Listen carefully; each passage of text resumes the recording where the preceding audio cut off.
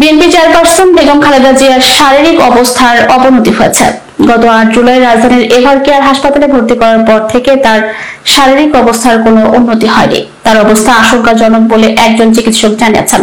হার্টে পেসমেকার বসিয়ে বাসায় নেয়ার 6 দিনের মাথায় তাকে গত 4 দিন আগে আবারও জরুরি ভিত্তিতে হাসপাতালে ভর্তি করা হয়। হাসপাতালের আইসিইউ সুবিধা সম্বলিত কেবিনে তার চিকিৎসা চলছে। জানা গেছে, গত 4 দিনে বেগম জিয়ার শারীরিক অবস্থার কোনো উন্নতি হয়নি। তার হার্ট, লিভার সহ শারীরিক অন্যান্য প্যারামিটার বেশ অস্বাভাবিক। মেডিকেল বোর্ডের চিকিৎসকরা নানাভাবে তার চিকিৎসা অব্যাহত রেখেছেন। বিএনপির স্বাস্থ্য বিষয়ক সম্পাদক ডাক্তার রফিকুল ইসলাম বেগম জিয়ার শারীরিক অবস্থা অবনতির দিকে। প্রতিবারই তাকে হাসপাতালে জরুরি ভিত্তিতে নিয়ে আসতে হচ্ছে। এটি খুবই উদ্বেগজনক। এবার হাসপাতালে ভর্তি করার পর তার অবস্থা আরো আশঙ্কাজনক অবস্থায় রয়েছে। মেডিকেল বোর্ডের একজন চিকিৎসক জানিয়েছেন, দেশে বেগম জিয়ার সঠিক চিকিৎসা হচ্ছে না, যে কারণে তিনি বারবার অসুস্থ হয়ে পড়ছেন।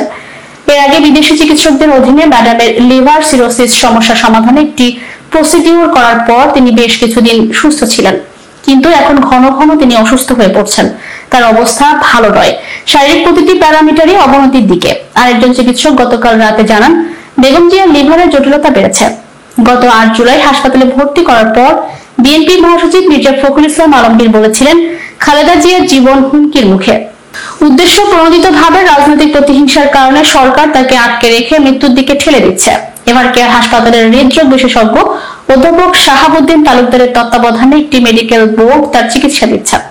প্রসঙ্গত 79 বছর বয়সী সাবেক প্রধানমন্ত্রী হৃদরোগ, ফুসফুস, লিভার, কিডনি, আর্থারাইটিস, ডায়াবেটিস সহ বিভিন্ন জটিলতায় ভুগছেন।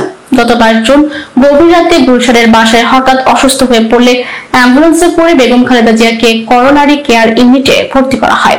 পরদিনই তার হৃৎপিণ্ডে পেসমেকার বসানো হয়। 2 দিন সিসিইউতে থাকার পর মেডিকেল বোর্ড সিসিইউ এর সব সুবিধা নিয়ে কেবিনে তাকে কয়েকদিন রাখেন। এরপর গত 2 জুলাই এভার কেয়ার হাসপাতাল থেকে গুলশানের বাসা ফিরোজায় ফেরেন বিএনপি চেয়ারপারসন।